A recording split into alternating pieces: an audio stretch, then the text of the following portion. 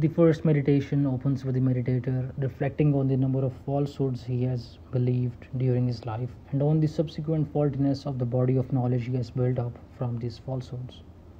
He has resolved to sweep away all he thinks he knows and to start again from the foundations, building up his knowledge once more on more certain grounds. He has seated himself alone by the fire, free of all worries, so that he can demolish his former opinions with care. The meditator reasons that he need only find some reason to doubt his present opinions in order to prompt him to seek sturdier foundations for his knowledge.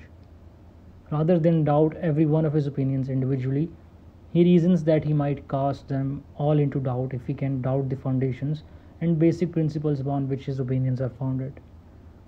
Everything that the meditator has accepted as most true, he has come to learn from or through his senses.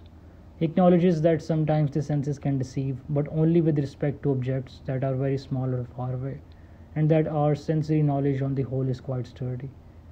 The meditator acknowledges that insane people might be more deceived, but that he is clearly not one of them and needn't worry himself about that. However, the meditator realizes that he is often convinced when he is dreaming that he is sensing real objects. He feels certain that he is awake and sitting by the fire, but reflects that often he has dreamed this very sort of thing and been wholly convinced by it. Though his present sensations may be dream images, he suggests that even dream images are drawn from waking experience, much like paintings in that respect.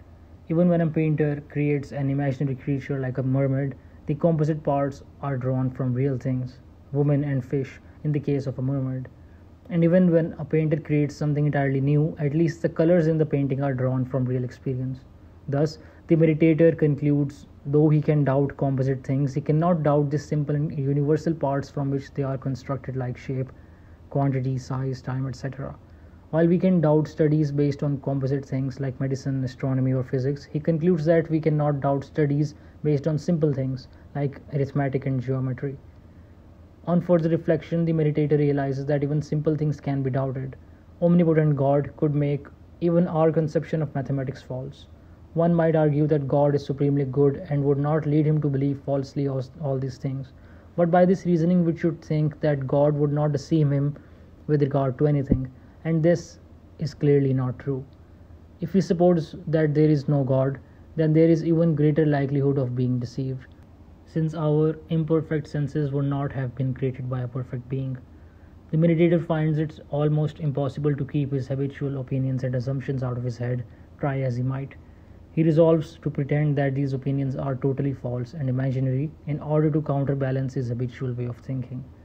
He supposes that not God, but some evil demon has committed itself to deceiving him, so that everything he thinks he knows is false. By doubting everything, he can at least be sure not to be misled into falsehood by this demon.